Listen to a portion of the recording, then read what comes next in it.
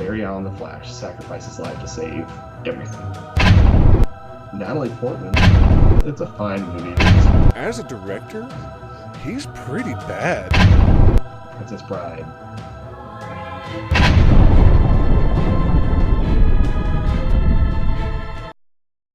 So going to a different topic, but TV shows. Have you watched The Orville? I have. I love it. I was trying to get our dad to watch it. I was talking to him about it last week. He, I think, has some issues with Seth MacFarlane, but I think I convinced him to give it a try. I like it a lot. So it was confusing the way they sold it.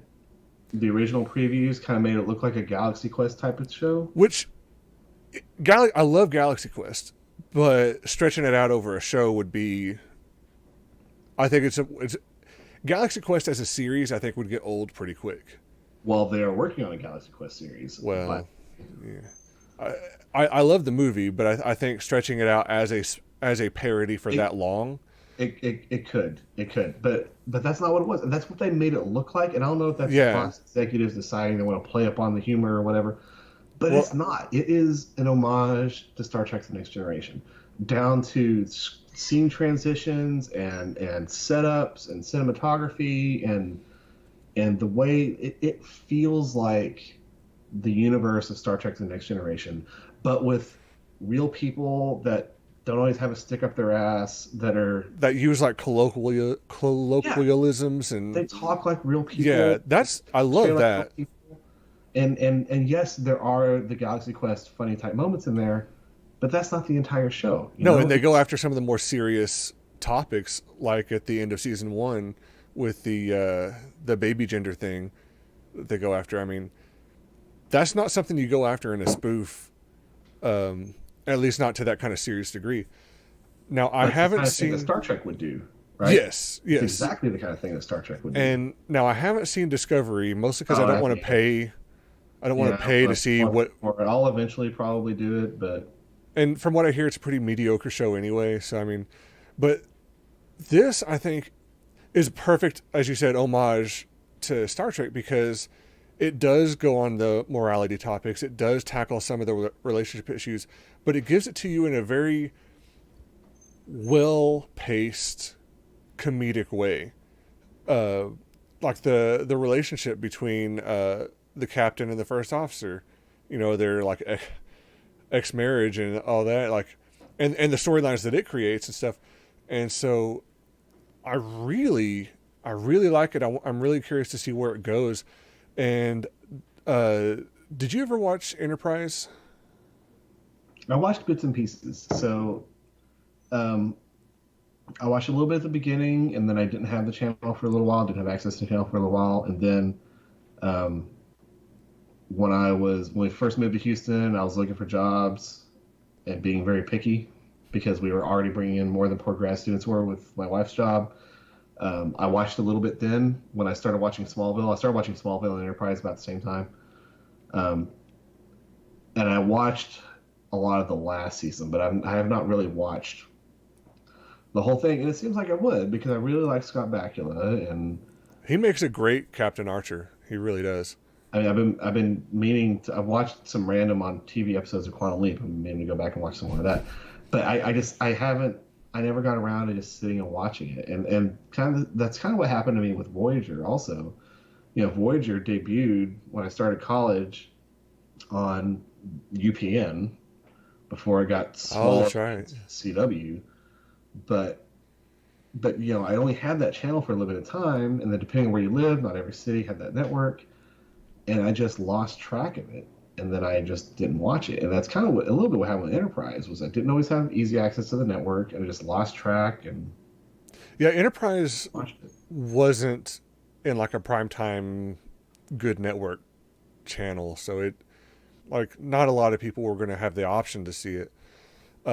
Anyway, Seth MacFarlane actually played an engineer in 2 or 3 episodes of Enterprise, and so that's a nice little Easter egg there. Like, you can tell that, like, I don't think I knew that. He actually has a history in the Star Trek universe. And One of the things that, and kind of shifting gears a little bit towards Star Trek, one of the things I really like is how much their actors have been able to act as directors for different things. Oh yeah, well, but you get that a lot in a lot of TV shows that go on for a long time. True.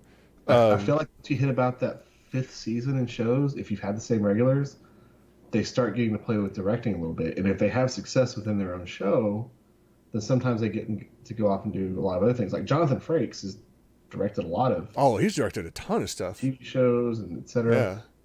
Yeah. Yeah, it's just getting those opportunities. You know, thinking back to the comic stuff, a lot of the, or I say a lot, a few of the cast members on The Flash, just this last season, have gotten the opportunity to direct episodes of that show. And I guess just you get familiar with everything, you shadow people, and you learn what's going on. But you got to get deep enough into the show, I guess, that the people get comfortable with you. And the Star Trek shows, for the most part, tend to get there. Now, Enterprise, I can't remember how many seasons that went in exactly. 4. It didn't go as 4. It didn't go as long as a lot of the others. Most of them went 7, 5 to 7. Yeah, outside of the original, which only went 3, but it was the '60s, so whatever. Yeah, and honestly, I'm not a big fan of the original series, to be honest with you. Like, you know, it has its moments. I tried to go back and watch it. I tried to get Sherry to watch it, and the last time we tried was before the kids were born. And so it's been a while, yeah. Yeah, and you know, there's some really good episodes, and there's some really episodes. And the problem was I could not remember which episodes are the quality ones, so we just watched them all back to back to back to back to back. And we probably got 2/3 of the way through the first season, and then kind of stopped. I think that's what we did. We actually started to watch it at one point, and probably got to about to that same point, and was like, I'm good. Yeah, no, I bought the second season on Blu-ray, but I've never watched any of it since I bought it. Have you seen the Next Generation on Blu-ray? Job with the restorations. Yeah, have you seen the Next Generation on Blu-ray? I've not watched any of it yet. I bought the first season. I actually sat and watched it. Okay, now, like on DVD, watching the first season of Next Generation, I don't really like it. The stories are okay and stuff, but like just the way it's a weak season. It's a very weak season. Yeah, and the cinematography doesn't help with that because everything looks kind of washed out and grainy or whatever. The Blu-ray, the restoration is first class. It is phenomenal, and it changes the show so much that it made it much more watchable. Now, there's a few things, because over the years they cut and pasted different scenes as like flashbacks or whatever. Yeah, well, and they also, one of the big problems Next Generation had was they did a lot of their editing on the VHS tape. Yes. Not on the raw film. So I remember reading that they had to recreate a lot of the special effects from scratch. Yeah, they did. Because they applied it to such a poor quality film. Well, and also they couldn't find the original film for some of it because it had been spliced and cut into so many different episodes. They lost track of where the hell it was. Yeah. So there was a few things they had to completely remake, like in Encounter at Farpoint, the first episode, when the space station alien thing lifts off the ground. That was completely remade CG. I did notice that. That was something I noticed. So I sat and watched it. Maybe I watched Encounter at Farpoint. That might have been it. But it is the restoration was top notch. I really would like to see restorations of DS9 Voyager, and Enterprise was already pretty good because it was shot in HD. They could clean it up some because it's not exactly Blu-ray quality for the most part, but I really enjoyed Enterprise, and so I get on the cycle of like I watch Netflix as I'm going to sleep, or like when I go to bed until I fall asleep. And you wind up forgetting stuff and probably watching extra episodes that you're not actually watching. Well, and so when that happens, like I go back and I'm like, okay, I was about here when I fell asleep or whatever, and so I'll go back and watch it. And I go through this progression of like, okay, I watched all of Next Generation. Okay, I watched all of DS9. Watched all of Voyager. Watched all of Enterprise. And then it's like, okay, go back. And so I just restarted Voyager a couple of nights ago. And so I'm on like episode 3, I think now. But at first, I wasn't a very big fan of DS9. Oh, early I wasn't either. Early I wasn't either. It wasn't really until the Dominion War that it got really interesting. And the problem I had there was at that point I got to college, and yes, I had a VCR back with VCRs, but I didn't always remember to set it. And Yeah. even if I did, our living room was Grand Central Station. Somebody could have screwed it up.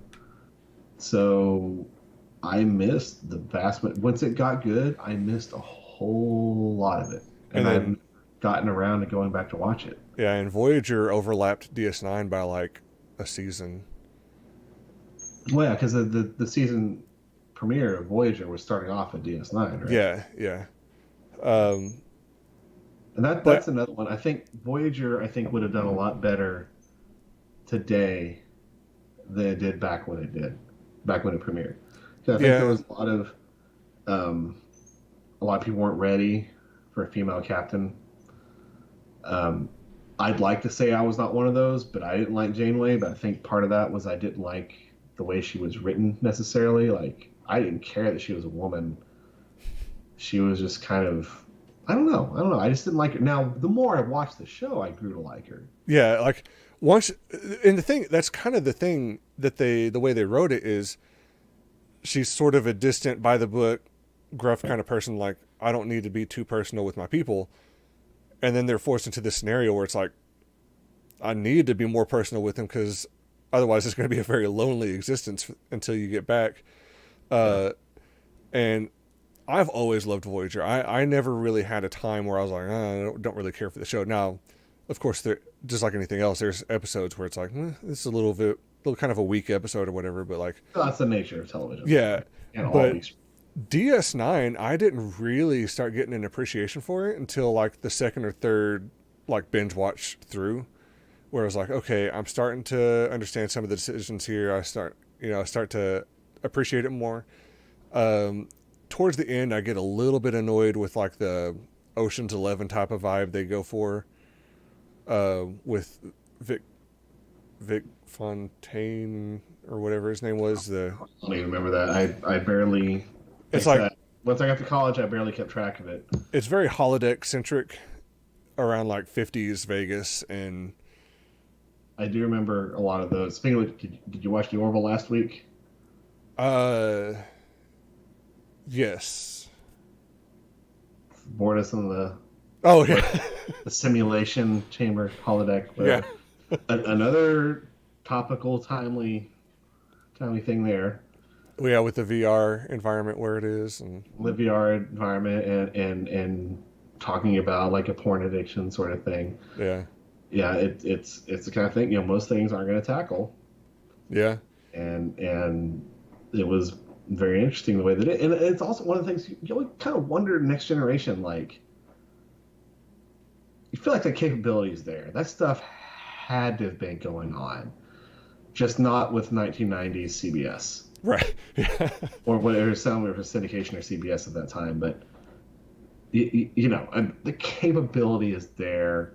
You've got a Right. ship of a Galaxy class ship was supposed to have 1,000 people, something like that Yeah. on it. Roughly 1,000 people. That's going on. And you got 3 holodecks? I mean, Yeah, I mean, yes, they went into Barkley and all of his weird stuff, but that was not approaching the Bortus level of weirdness. right, no, that was just like I can't make friends in real life. Here are my friends in the holodeck versus the Bortus thing, which was I have increasing appetites. I need them satisfied. Right. Oh, I keep drinking here. A brief plug. A local St. Arnold brewery here. That's not the beer I'm drinking, but it's an awesome little football glass. Not sponsored, by the way. Not sponsored, but a great thing. If you're ever in the Houston area, go check them out. The beer is actually a super hard to find Dogfish Head 120-minute IPA. It's expensive when you find it, hard to find, but yeah, it's playoff season. I like my fancy little football glass. Yeah.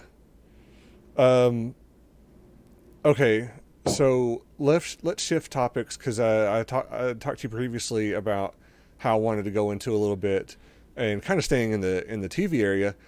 Wheel of Time. Now, you introduced me to Wheel of Time when I was in high school. And On there. To be honest, I started it, put it down, started it, put it down. It wasn't until the third or fourth time that I picked it up that I actually like finished it, because it starts out kind of slow. You have to get through those first about 60 to 90 pages first. Yeah, it's like chapter 7 or so.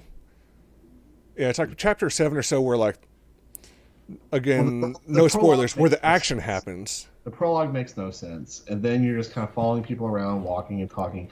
Admittedly, it starts very slow. Yeah, and it's when the action happens that it's like, oh, I couldn't put it down. Winter Night? Is that what it's Winter Night? It's been years. The chapter? Festival? Yeah, when the attack happens, the festival. No, it's not Winter Night. No. It's Sunday. Beltane. Yeah. But basically, that's once all the action starts. Before that, it's and I've had to tell several people, you included, just get through to that point. And once you get there and read a little bit and you don't like it, fine, stop, whatever. That's what I've had to tell people when I recommend it too. Like, it's gonna start slow. I was like, you have to get through about chapter 7 or so before it gets to a point where you want to keep reading. But once you do, it's hard to put it down. It's a really, really good book, or good series. So for those that may not know, the additional prologue they did, so Eye of the World and The Great Hunt, the big thing was Eye of the World, got split into 2 young adult novels. No, I've read ages ago when I was working at Hastings is when this happened, I think. So they cut the book in half and sold it as young adult novels, but what they did was they added a new prologue. So the original prologue, it's Luz Theron, it's the Age of Legends, and it's all nonsense because you don't understand anything. Right. It's one of those that, like, in a series, you're flashing to, like, this is what happened, and then, like, going back to this is how it's relevant now. Yeah, and but without the context of it. Like, sometimes they'll do that in movies and TV shows, but usually when that happens, like, by the end of the episode or the movie, you found out more about that, and that's not really the way Wheel of Time works. Yeah, no, it's like book 3 or so, you kind of... Yeah, but they added an additional prologue to this that it was written to try and engage the kids a little more, and it was set, I want to say, a few years before the main Eye of the World story. And it's Tam telling all the kids stories about Luz Theron, the dragon, and all this stuff. And there's a raven that's watching them. And it's a very brief thing. And on the narrative of the entire series, it probably doesn't do a whole lot. But in terms of trying to hook in a reader earlier, it more plainly explains more things early. That's interesting. I didn't know about that. So I bought that book. Actually, I'm going to go off camera for just 1 second and see if I think I've got it right here.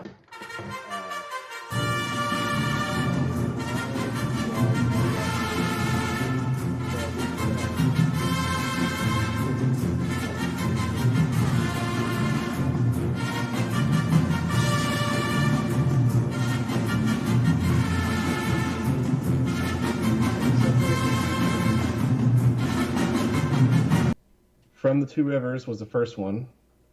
I only bought the first one because they didn't change anything in the second one. It was just literally the second half of the book or whatever? Yeah, it was just the second half of the book. But they added this new prologue. Well, okay, so I don't know if you can see this on here. So there's the normal prologue, but then up at the top, there's something that just says earlier. Okay. And it's a thing called Ravens. And it's about 20 some odd pages, and it's essentially Tam telling this story to the kids, and 90's there too, but she's younger. And pre-wisdom time. It's a better introduction, I feel like, to the world than jumping straight into the prologue is. Yeah, that's... I get the direction they were going on it, but without the context of anything else, it's like, okay, why are you telling me this? Yeah, so this helps that, because it kind of, it touches, it's been a long time since I've read this chapter, but it touches on it a little bit, and it kind of gives you a flavor for the world before you jump into this weird prologue that's not going to make sense for 2 books. And that alone to me was worth buying this book. I don't know if it's in print anymore. I don't know if you can still get it or not. But like I said, I was working in a bookstore when it came out, so I grabbed it. And they only did this, I think, with the first two books. I think they did it with Eye of the World and The Great Hunt. And I think the first Eye of the World book is the only one they added any material to. And I've not seen this in a long time, so maybe it didn't take off well. And I don't know if that's been reprinted or anything. What they may have done, because splitting the book into two seems a little strange. What they may have done is either combined it with some of the newer releases, or just like, here, it's a short story you can download online or something. I don't know.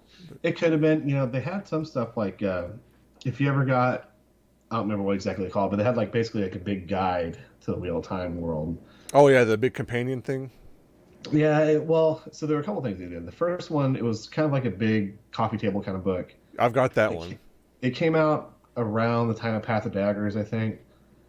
And there was a short story in it that there had been a shorter version of it available on Tor's website for a long time that kind of touched on some of the early Forsaken stuff.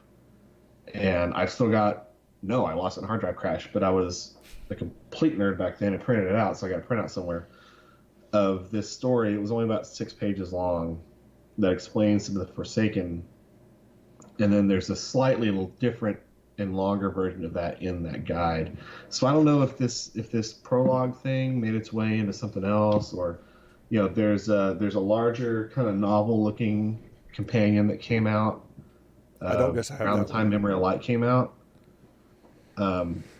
Best I could tell, and it's been a while since I've looked at it, and I don't know if I've got it handy.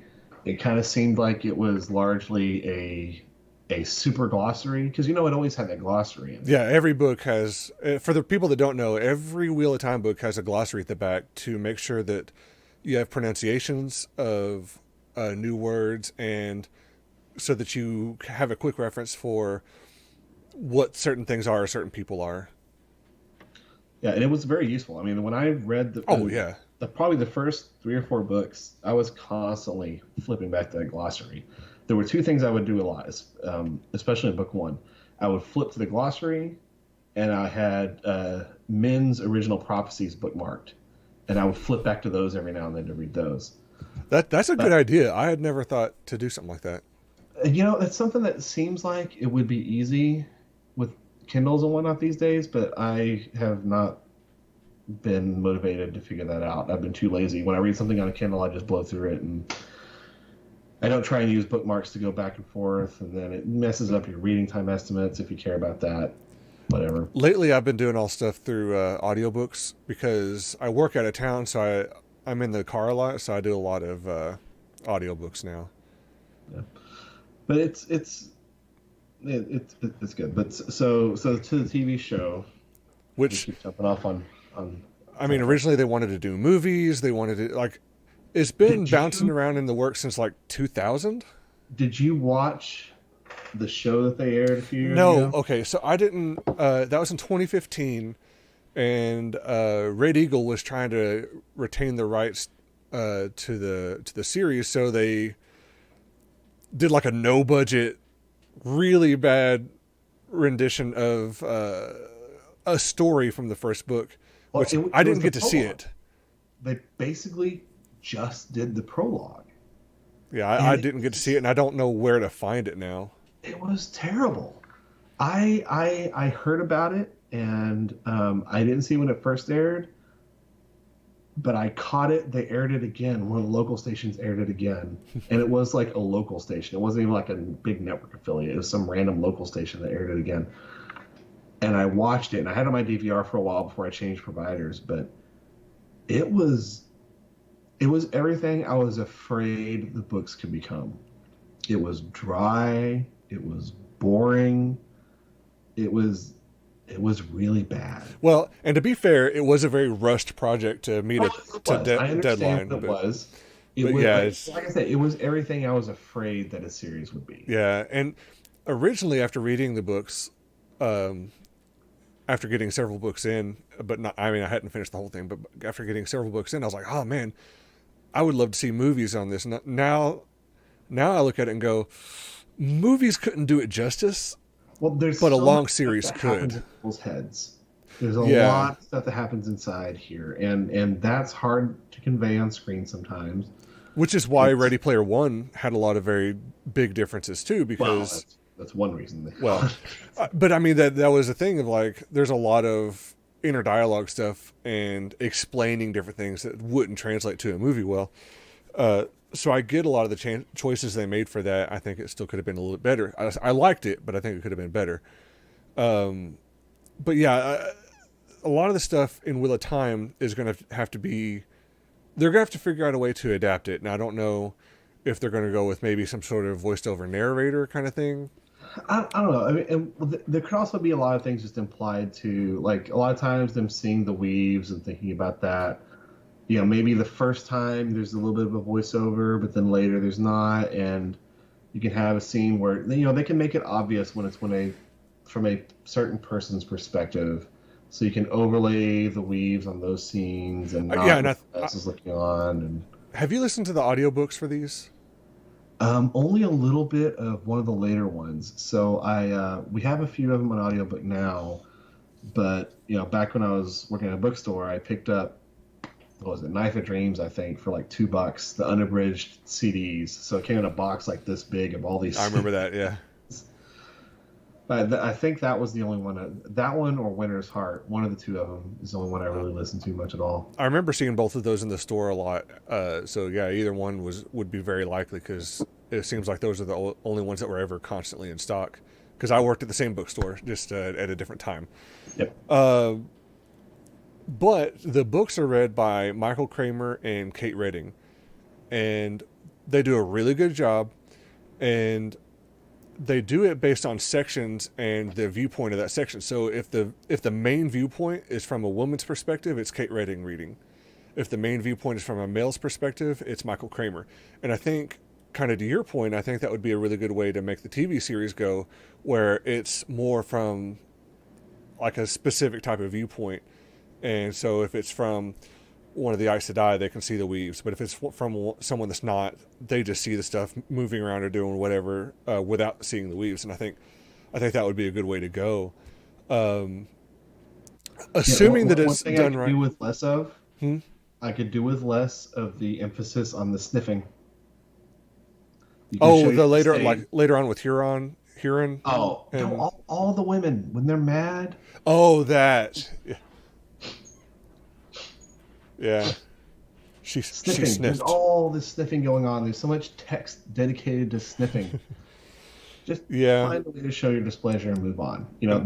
I think there's things like that could definitely be improved on in a visual medium. Because then you can see this facial expression. Side eye. You can do these different things without having to do a sniff. I don't know. Maybe the constant braid tugging works. Maybe it doesn't. I don't know. Well, maybe if it's not like a focal point, like it just happens, but it's not like the camera comes in on it or something, if it's just, if it's something subtle, I think it could work. But now, assuming that they did the show right and the show does well, it's such a long series. I think they would have to cover more than a book in a season. Otherwise, you get to a point where the series is too long for TV and the budget goes too high and they can't sustain it. Well, I think they probably kind of test the waters. I think the first season, maybe they just do Eye of the World. They see how well it goes, and then after that, you can decide whether you're going to go faster or slower or whatever. Because there are things you can cut. There's some fairly easy things you can choose to cut or consolidate. But as far as finding your endpoints and your breakpoints and stuff like that, you can't say out the gate, "Oh, we're going to go 13 seasons." Nobody's going to sign up for that. Right. Yeah, but maybe the first one, you do go ahead and take that season, and maybe it's a reduced season. I don't know. But a lot of these cable type things end up being 10 episodes anyway. So maybe you do the first book cleanly as a season. You see how it goes, and if it goes well, then maybe you plan for a lot of seasons. Maybe not a book per season, but maybe you combine aspects or you cut certain aspects. Like the 3 books of Perrin going after Fael. Yeah, well, and one of the things about Wheel of Time is there's so many little side things, and so many of them can just be cut. It's very like It's soap not opera where a like you go story. from this person to cut to this story to cut to this story. Uh, Especially once you get to the point where you've got a ship captain that randomly helped random Matt early on, and he is constantly appearing later with these things. That's kind of important, but it's mainly to give you a view into these other factions, which you could through television you could just do without that character. You can just decide you're going to peek in on whatever, and then be yeah. done with it, and you don't have to. So it's a little similar in it. So I don't know if you've read Song of Ice and Fire at all or not, or watched Game of Thrones. No, I haven't read the books. I've seen the first 4 seasons. So I would love to recommend to you to read the books, but he's so slow in finishing the books. I don't know if I want to recommend that or not. But there's a lot of point of view characters that don't even show up in the TV show because they find different ways to show you what's going on there. You don't have to have a point of view character if you can just do a quick scene somewhere, and Yeah, maybe you don't even care about who's there. You just need to see what happens, yeah, and you don't need to feel a personal connection to one of the people there. You just have to know that stuff for plot purposes. And there's probably a lot of Wheel of Time stuff you could do that. A lot of stuff with Bale, you probably really don't need him. You just need to have a way or to you could know have him, but what's like as like a quick side. You meet him, and then you forget about him. Yeah, I mean, you can still have him be the captain that takes random Matt down the river or whatever, but you don't need to all focus on having him come back so much later and focus on his relationship and everything. And Yeah, honestly, I thought that was one of the threads that was going to be left dangling in the books, but they kind of gave them a little bit of a resolution. Because one of the things Robert Jordan said before he died was that there were a lot of these little side threads that were just going to be left open, and you're just going to have to imagine, hey, it's a living world, something's still going on. And that was kind of one of them. I mean, they gave them a little resolution, but they're still out there doing whatever. And that's one of those, you could still have them if you wanted, be the captain that helps them early on, but you don't need to worry about casting the same guy for the next 5 seasons for these right. minor scenes he's going to do. So there's places like that you can cut, and maybe you can start consolidating some of the books. I think the first 6 books, honestly, there's a good chance most of those probably actually really do kind of need to be thrown seasons. But some of the later books, I feel like so much of that is fleshing out all these minor things they've got going that maybe you can start combining books again. You Yeah, know, like 8 and 9, 10 and 11. You can start consolidating stuff. But the biggest thing is how well received is the show. And if it's super well received, maybe you keep going at this pace. But if it's just good enough to get renewed, but not doing super great, maybe you smash the Great Hunt and Dragon Reborn into one, and you do a half season arc of the Hunt for the Horn, and you do a half season arc of the rest of Dragon Reborn. Which honestly, I can't even remember half of that book now because they make it sound like it's a big Rand book, and he is a big player at the end, but most of it's kind of following what everybody else is doing. So maybe you yeah. combine that if you want to press ahead and really get people excited again. But we'll just have to see. But I'm willing to bet the first season is a relatively faithful adaptation of Eye of the World, but making it just a little more exciting.